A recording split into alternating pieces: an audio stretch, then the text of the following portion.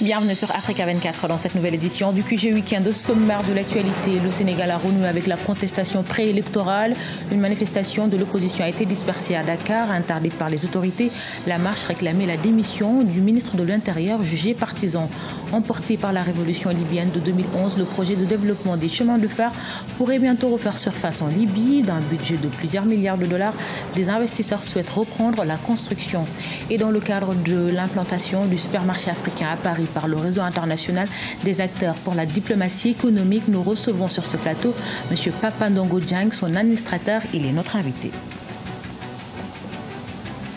Les opposants sénégalais appellent à la démission du ministre de l'Intérieur chargé d'organiser la présidentielle de 2019.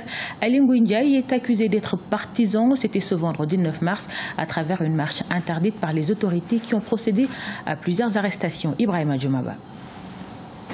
À moins d'une année de l'élection présidentielle de 2019, le Sénégal replonge dans l'ambiance de la contestation préélectorale. Pour réclamer la démission du ministre de l'Intérieur, Aly Ngouille Ndiaye, l'initiative pour des élections démocratiques avait prévu de tenir un sitting au centre-ville de Dakar ce vendredi 9 mars. Interdit par le préfet, l'opposition a voulu braver la décision pour tenir son rassemblement. À l'arrivée, les députés Mamadou Diop Decroix et Mary Teuw Ndiaye et d'autres responsables comme Oumar Sarr du PDS ont été arrêtés par la police, puis remis en liberté dans la soirée.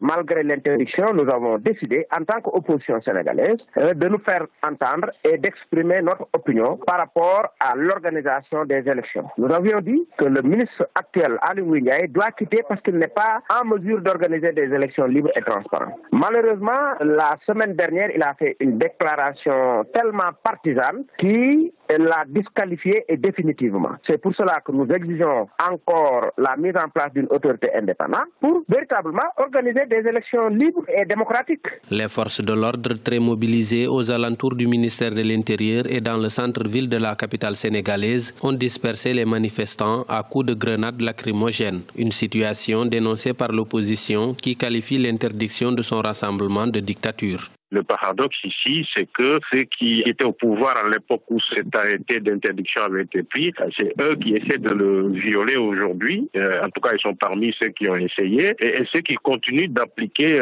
cet arrêté, ce sont eux qui le dénonçaient. Mais je pense que l'un dans l'autre, la tension va monter parce que c'est de bonne guerre. Je pense que l'opposition essaie d'avoir un bras de fer ou un rapport de force avec le pouvoir. Au mois de février, des experts électoraux internationaux commis par le gouvernement sénégalais ont conclu dans leurs travaux d'audit du fichier électoral une fiabilité de 98%. L'organisation de l'élection présidentielle est prévue le 24 février 2019. Le président Macky Sall est à la recherche d'un second mandat. Certains observateurs prédisent déjà plusieurs candidatures dans les rangs de l'opposition. C'était un projet du président, l'ancien régime libyen dirigeant Mohamed Kadhafi, le développement du système ferroviaire d'un budget de plusieurs milliards de dollars. La ligne reliant les frontières est et ouest de la Libye pourrait bientôt être relancée. Fanny Mounichi. Un train constamment à l'arrêt. Depuis 2011, le projet ferroviaire destiné à relier l'est et l'ouest de la Libye est suspendu. Des travaux stoppés au moment de la chute de l'ancien dirigeant Muammar Kadhafi. Aujourd'hui, les investisseurs russes et chinois en charge du projet ont annoncé vouloir reprendre la construction.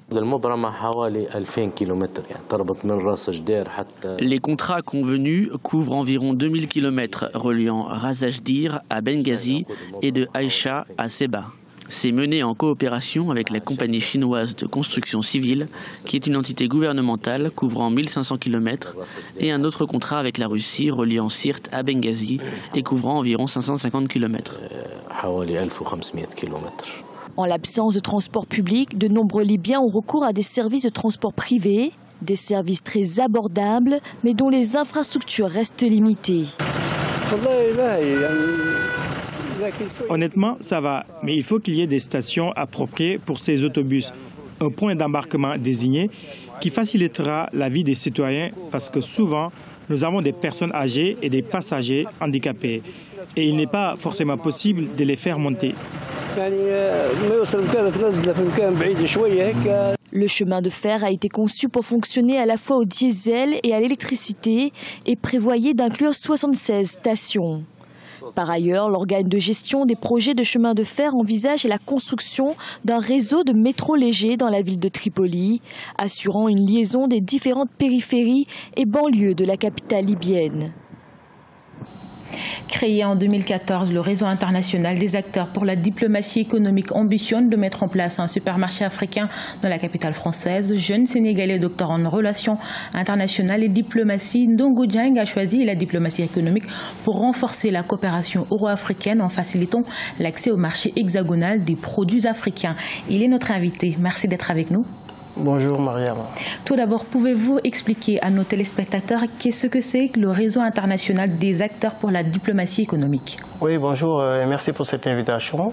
Merci, comme son nom l'indique, Réseau international des acteurs pour la diplomatie économique est une structure internationale qui a pour objectif de faire la promotion de la diplomatie économique via l'internationalisation de certains projets internationaux.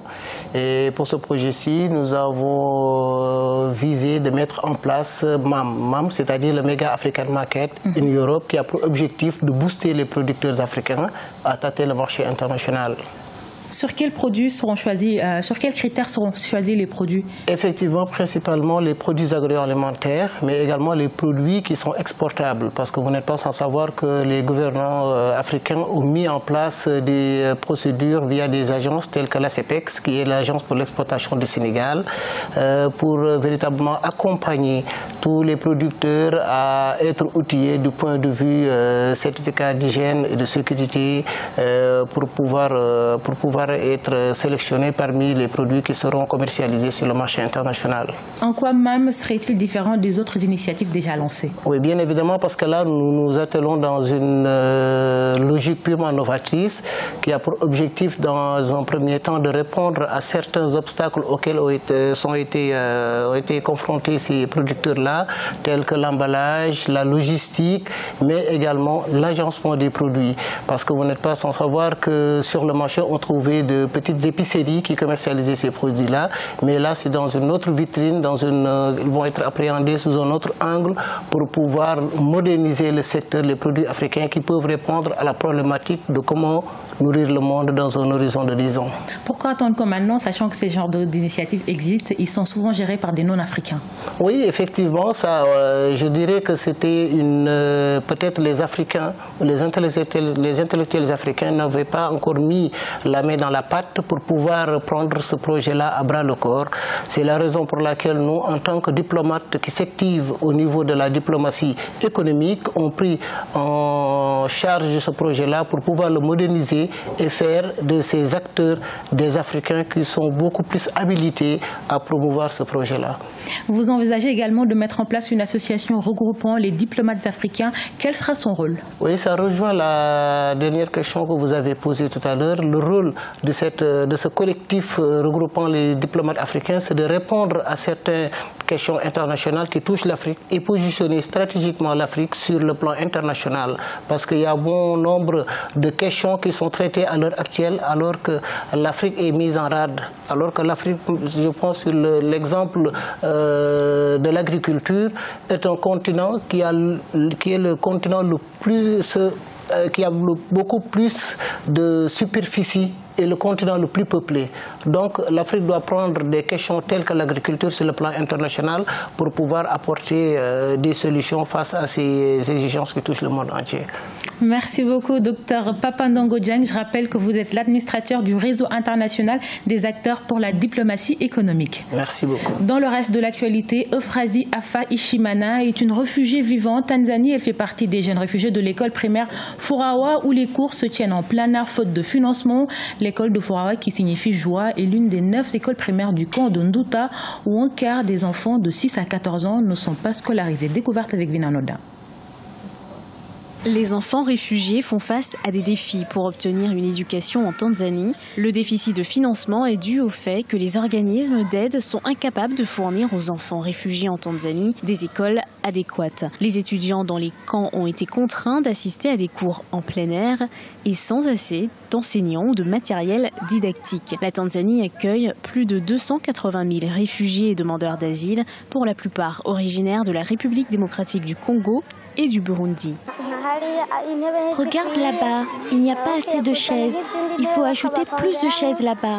Là aussi, pour que les étudiants n'aient pas à s'asseoir par terre parce qu'ils n'ont pas de chaises. Cela leur empêcherait de salir leurs vêtements.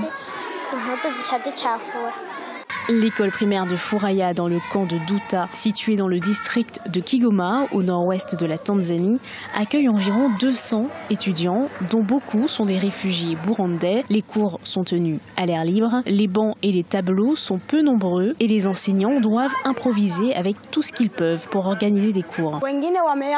Certains étudiants abandonnent à cause de leur situation familiale, peut-être que leurs parents ne sont pas capables de les soutenir, alors ils décident de quitter l'école et essaient de gagner un revenu. Les jeunes filles sont également contraintes d'arrêter d'apprendre lorsqu'elles tombent enceintes. 193 salles de classe permanentes accueillent près de 9600 enfants dans 3 camps. Ce journal a été réalisé par l'ensemble de la rédaction. Merci pour votre fidélité. Dans un instant, une nouvelle édition de l'actualité sur Africa 24.